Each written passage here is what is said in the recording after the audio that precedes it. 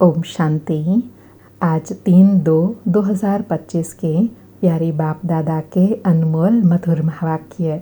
आज की मुरली के सार में महादिव्य ज्योति बाबा ने सदा जागती ज्योति बनने के लिए कहा।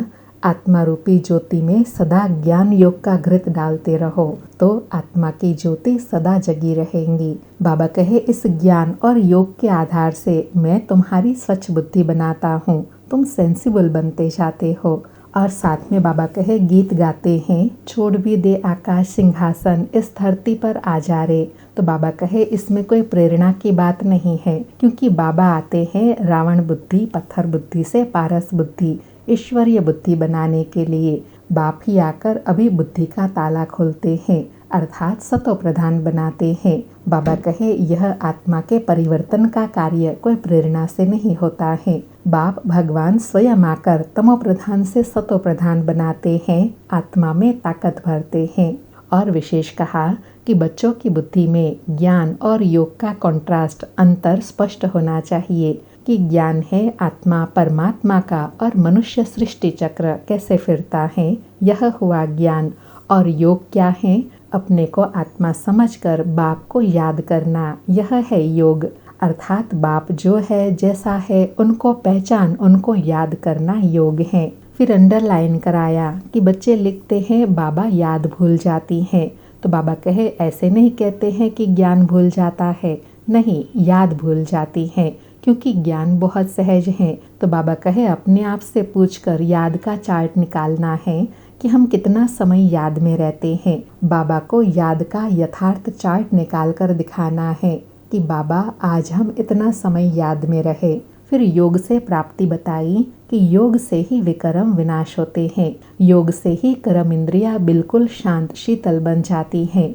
और विधि बताई कि एक बाप के सिवाय और कोई भी याद न आए, देह भी याद न आए, बस स्मृति रहे, मैं आत्मा अब वापस अपने घर जा रही हूँ। फिर साथ में अटेंशन दिलाया कि ज्ञान बहुतों में है, लेकिन योग बिल्कुल नहीं है, जिस कारण पाप भस्म होते नहीं है, कच्चे ही रह जाते हैं।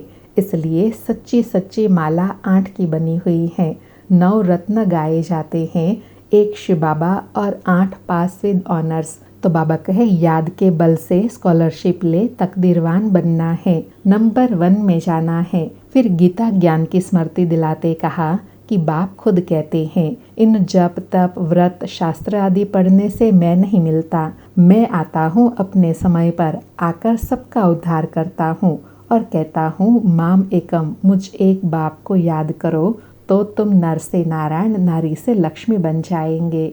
फिर विशेष कहा कि हर एक को अपना अपना पार्ट मिला हुआ है, सुख कौन देते हैं, दुख कौन देते हैं, यह भी किसी को पता नहीं। सुख परमपिता परमात्मा बाप देते हैं, दुख रावण देता है। अर्थात जब दिव्य गुण धारण करते हैं तो सुख मिलता है, और जब आसुरी अवगुण आते हैं जिससे ही मनुष्य दुख को पाते हैं। कहा, जागती ज्योति बन, विनाश के पहले सबको अज्ञान अंधियारे से निकालना है, कुंभकर्ण की नींद में सोए हुए को जगाना है, और सबको बाप का सत्य परिचय देना है, सबको समझाना है, उठते बैठते चलते फिरते देह सहित सब कुछ भूल अपने को आत्मा समझ एक बाप को याद करना है। बाबा कहे, एक बाप की याद को ही अव्यभिचारी याद कहा जाता है। सुनते हैं आज के प्यारे बाप दादा के अनमोल मधुर महावाक्य। आज बाबा कहे, मीठे बच्चे, आत्मा रूपी ज्योति में ज्ञान योग का घृत डालो तो ज्योति जगी रहेंगी। ज्ञान और योग का कंट्रास्ट अच्छी रीति समझना है, अर्थात ज्ञान और योग की भिन्नता अच्छी रीति समझना है। आज मुरली से प्रश्न है, बाप का कार्य प्रेरणा से नहीं चल सकता, उन्हें यहाँ आना ही पड़े, क्यों? उत्तर में बाबा कहे, क्योंकि मनुष्यों की बुद्धि बिल्कुल तमो प्रधान है, तमो प्रधान बुद्धि प्रेरणा को कैच नहीं कर सकती। बाप आते हैं तब तो कहा जाता है, छोड़ भी दे आकाश सिंहासन, इस धरती पर आ जा रे। आज मुरली में गीत बजा, छोड़ भी दे आकाश सिंहासन। सारी मुरली से धारणा के लिए सार है। पहला पॉइंट, याद के बल से अपनी कर्म इंद्रियों को शीतल शांत बनाना है, फुल पास होने के लिए यथार्थ रीति बाप को याद कर पावन बनना है।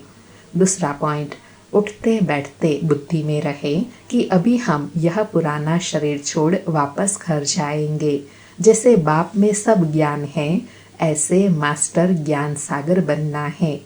आज प्यारे सतगुरु बाबा का वरदान है, कंबाइंड स्वरूप की स्मृति द्वारा श्रेष्ठ स्थिति की सीट पर सेट रहने वाले सदा संपन्न भव। कंबाइंड स्वरूप की स्मृति द्वारा श्रेष्ठ स्थिति की सीट पर सेट रहने वाले सदा संपन्न भव। स्पष्टीकरण है, संगम युग पर शिव शक्ति के कंबाइंड स्वरूप की स्मृति में रहने से हर असंभव कार्य संभव हो जाते हैं। यही सर्वश्रेष्ठ स्वरूप है। इस स्वरूप में स्थित रहने से संपन्न भव का वरदान मिल जाता है। बाप दादा सभी बच्चों को सदा सुखदायी स्थिति की सीट देते हैं। सदा इसी सीट पर सेट रहो तो अतीन्द्रिय सुख के झूले में झूलते रहेंगे। सिर्फ विस्मृति के संस्कार समाप्त करो। आज बाबा ने संपन्न बनने की सहज विधि बताई कि सदा शिव और शक्ति कंबाइंड स्वरूप का अनुभव करो। इस स्वरूप से बाबा के अनेक सारे वरदानों से संपन्न बन जाएंगे और इसी सीट पर सेट रहने से अतीन्द्रिय सुख के झूले में झूलने का भी अनुभव करेंगे। आज का स्लोगन है, पावरफुल वृत्ति द्वारा आत्माओं को योग्य और योगी बनाओ। पावरफुल वृत्ति द्वारा आत्माओं को योग्य और योगी बनाओ। अच्छा, मीठे मीठे सिके लधे बच्चों प्रति माता पिता बाप दादा का याद प्यार और गुड मॉर्निंग। रूहानी बाप की रूहानी बच्चों को नमस्ते। हम रूहानी बच्चों की रूहानी माता पिता बाप दादा को याद प्यार गुड मॉर्निंग और नमस्ते नमस्ते। आज का अव्यक्त इशारा है, एकांत प्रिय बनो, एकता और एकाग्रता को अपनाओ। बाबा कहे, एक मत का वातावरण तब बनेगा जब समाने की शक्ति होगी, तो भिन्नता को समाओ, तब आपस में एकता से समीप आएंगे और सर्व के आगे दृष्टांत रूप बनेंगे। ब्राह्मण परिवार की विशेषता है, अनेक होते भी एक।